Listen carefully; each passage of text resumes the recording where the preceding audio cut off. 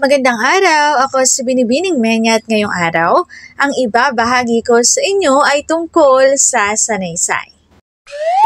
Magbasa, makinig, matuto at magsaya.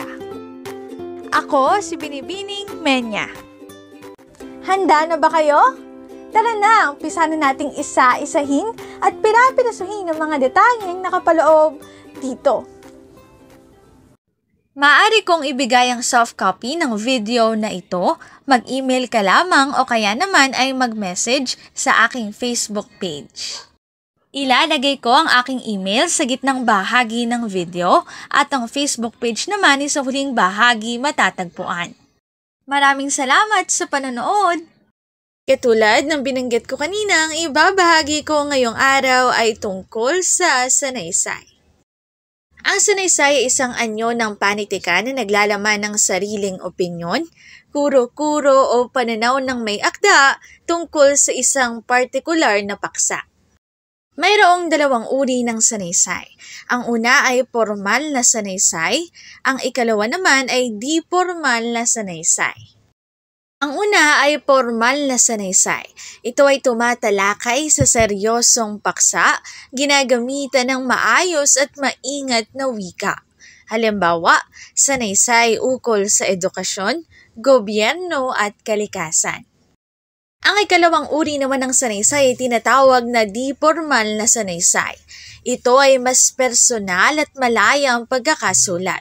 Karaniwang may halong damdamin, aliw at pagninilay. Halimbawa, sanaysay tungkol sa karanasan, pamilya at pangarap. Narito ang ilang katangian ng sanaysay. Una, may tiyak na paksa. Malinaw kung tungkol saan ang sanaysay. Sa paggawa ng sanaysay, tiyaking mabuti na maging malinaw ang gusto mong ipahatid. Ibig sabihin, dapat ang ilalagay mo lamang doon ay yung konektado sa paksa mo. Huwag ka nang maglagay ng malayo na sa paksa. Ikalawa, may pananaw na kasaad ang opinyon o saloobin ng may akda. Bilang autor o may akda ng isang sanaysay, maaari kang maglagay ng sarili mong opinyon, karanasan, o pananaw tungkol sa paksa na ginagawan mo ng sanaysay. Ang ikatlong katangian ay may estruktura. Ang sanaysay ay binubuo ng simula, gitna at wakas. Tandaan na sa pagbuo ng sanaysay, dapat narito ang tatlong bahagi. Hindi rin pwedeng mauna ang gitna sa simula at hindi rin pwedeng mauna ang wakas sa simula.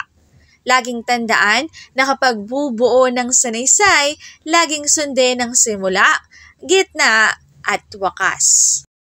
Sumunod, gamit ang lohika at damdamin, kombinasyon ng logos at emosyon. Katulad ng nabanggit ko kanina, may estruktura ang sanaysay. Ito ngayon ang bahagi ng sanaysay, panimula, katawan at wakas. Panimula, inilalahad ng paksa at nakakukuha ng atensyon ng mambabasa. Pangalawa ay katawan. Dito inilalahad ang pangunahing ideya at mga detalye o patunay. Sumunod, para sa wakas, buod ng nilalaman at personal na pagninilay o konklusyon. Dito naman ang mga layunin ng isang sanaysay. Una, makapaglahad ng impormasyon. Ikalawa, manghikayat o mangumbinsi. Ikatlo, magbigay ng opinyon. At ikaapat, magbahagi ng karanasan. Narito ang sanggunian ng PowerPoint template na ginamit ko sa buong presentasyon. Dito na nagtatapos ang aking pagbabahagi. Sana ay marami kayong natutuhan. Muli magbasa, makinig, matuto at magsaya. Ako si Binibining Menya. Paalam!